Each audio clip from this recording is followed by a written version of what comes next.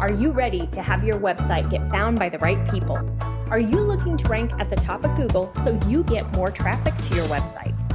Are you ready to learn how to use SEO and content marketing to grow your organic traffic? If so, you are in the right place, my friend. Welcome to the Simple SEO Content Podcast, where I show you how to combine the power of SEO, search engine optimization, and content marketing to build your like, know, and trust factor with your audience, which allows you to get found by the right people and turn those visitors into buyers.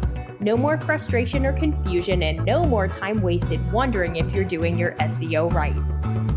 It's time to learn how to use SEO and content marketing to grow your business.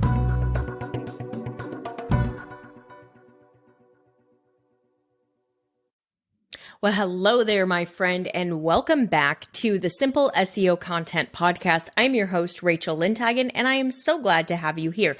Today, we're going to dig into Chat GPT. And is Chat GPT a friend or a foe to your SEO? So by now, unless you've been living off the internet, you're probably very familiar with Chat GPT. You've probably heard the buzz about it. You've maybe even gone in and tried it and tried to figure out what the heck it is and how you can use it to help your business. So I'm here to tell you there is a ton that you can do with this tool to make your life easier. It is not, however, the be-all, end-all content generator. Just go in and type a sentence, create a blog post, and boom. We're not going to be able to use it that way because it's not the right quality for our customer or Google. But let's talk about what we can do with Chat GPT. So I've been playing around with it for the last couple of months. I've worked on some special trainings for my students, and we've found some really, really helpful things you can do with Chat GPT to make your life easier and speed up the production cycle for your content. So last week in a training session with my students, we did a live demo of it, and in 12 minutes, we were able to come up with a keyword, a title, a meta description, and an outline of a blog post for a student. Now that's amazing. 12 minutes to be able to come up with all of that and be ready to write. So how did we do it? So with ChatGPT, I want you to think about it and understand that what you get out of it is completely based upon what you put into it. So the better your prompts are, the more detail you give it, the more insight you give it, the better result you're going to get in the long run.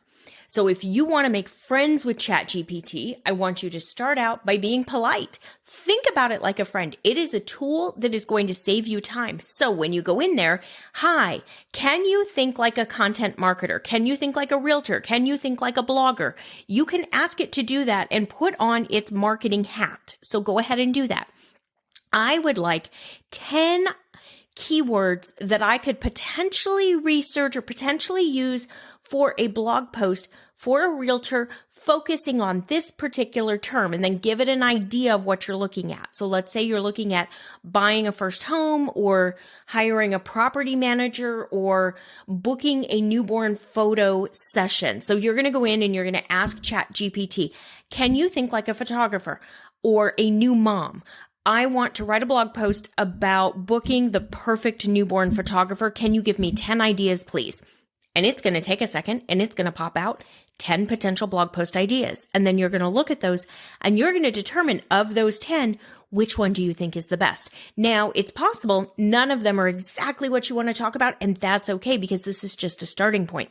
From here, you can say, ooh, I really like, and then whichever one it is, can you give me 10 variations of that one, really following that theme, and let them know my ideal customer is a mom, she's having her first baby, whatever, because the more information you give ChatGPT, the better friend it is for you, the better results it's going to return. Now you're looking at 10 more ideas. Now you can either go in and ask it to give you keywords. So if I'm asking for it to give me keywords, I like to ask for it to do it in a table format. So I like to have keywords that have low competition and titles that are using those in a table format so that I can look at it and see what it's reflecting. So if you do that, make sure you actually follow through and do your keyword research the way I teach you, so you have some ideas. Go through and verify whether or not those keywords are actually good for your business, because while Chat GPT can be your friend and can give you these things to help make the process faster, it doesn't mean it's going to get it right every time. Okay. So I just want you to understand that. So now you've got your idea, you've got your potential keywords. Now you can ask Chat GPT to write a meta description for you. You can ask it to write a title tag for you. Now, again, it's going to be a help. It's not going to be exactly what you need, because I've also noticed that it doesn't always follow best practices. So you do want to verify that that meta description is less than 60 characters, and that title tag is less than 160 characters, and that it's using your keyword, and that it makes sense and it's engaging and interesting to your ideal customer. Okay. So, make sure you're taking what it's giving you and you're reviewing it and optimizing it, and then you can use it. So now you've got a title tag, a meta description, you've got a topic that you're interested in. Your next step, you can ask it to outline that for you. So again, you're not saying, write this for me, but outline it. What should I include in this? I want to write a 750 word blog post on this topic using this keyword, especially if you've already done your verification, you've made sure that you've got the right keyword. And can you help me outline it? And ChatGPT is going to be that good friend by your side who's going to then go through and give you a suggestion as to what you could talk about in that blog post. From this point, you can take that and you can fill in the blanks, basically. Think of it as your choose your own adventure story or your Mad Libs from when you were a kid. You can take that outline can help you figure out exactly what you want to cover in that blog post. You know your business, you know your product, your service, your newborn sessions, you know what information to add in here to really be helpful to your ideal customer. So don't just go in and say, hey, ChatGPT, will you write this blog post for me? Because while it will, it's not going to work for you. It's not going to help your SEO. It's actually going to turn into a foe, because if you just copy paste what comes out of it, you'll notice sometimes the information is inaccurate. There are mistakes. I mean, it's AI and it's still a new tool and it's still learning. So there will be mistakes at times.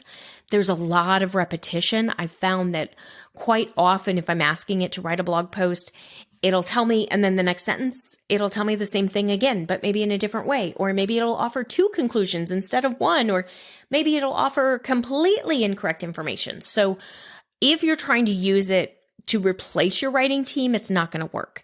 But if you're using it to speed up the process and you're making it easier and you're working with ChatGPT and you're giving it really great insights, it can be a huge help for you. It can definitely be a friend.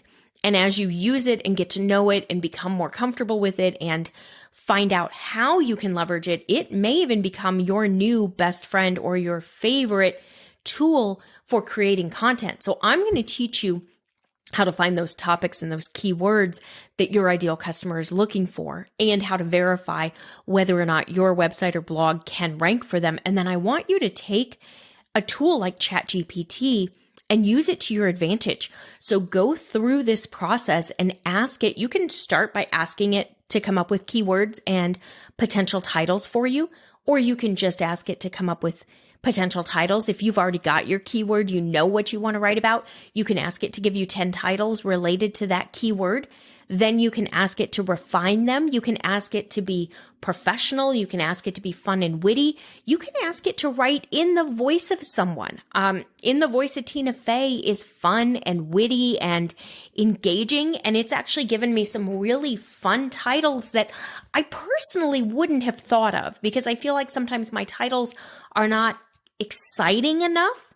So I'm using it to help me be a little more exciting in my titles.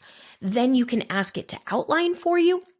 You can also put in a blog post that you've already written and ask it what else you should add. If there's anything that you should edit, or add, what have I forgotten?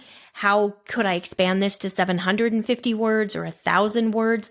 You can put your blog post in there and then ask it to give you suggestions for social media posts based on the blog content, or a podcast episode outline based on that. Or there's so much you can do. Chat GPT can be your best friend when it comes to your content and SEO. It cannot replace you. It cannot replace a writer. It cannot do it for you, but it can definitely be that best friend that's there supporting you and helping you through the process. So if you want to learn more about how to do all of this and how to leverage it, be sure to mark your calendars and join me in the 5-day website traffic booster class. It's going to kick off next on May 1st. And we're going to talk all about how we get organic traffic to our websites. And I think we might even do a little bonus training on Chat GPT. We just did a full bonus training session in Simple SEO content, and it was amazing. This is going to save you so much time. So trust me, it can be your friend, but you have to know how to work with it. All right. I hope you found this episode helpful. If you have any questions, you know how to find me. DM me on Instagram at Etched Marketing Academy, and I will see you back here next week. That's all for today's episode of the Simple SEO Content Podcast. I want to thank you so much for joining me. Make sure you visit my website, etchedmarketing.com, and visit the freebies tab. Right there, you're going to find the SEO Content Quick Start Guide along with the free SEO class. So you'll have everything you need to know to get started with SEO and content marketing. Then do me a favor, if you wouldn't mind, if you would do a rating and a review of this podcast on your favorite platform. That would really help spread the message, and I do greatly appreciate it. If you have any questions, you can always DM me on Instagram at Etched Marketing Academy, and I will see you right back here next week.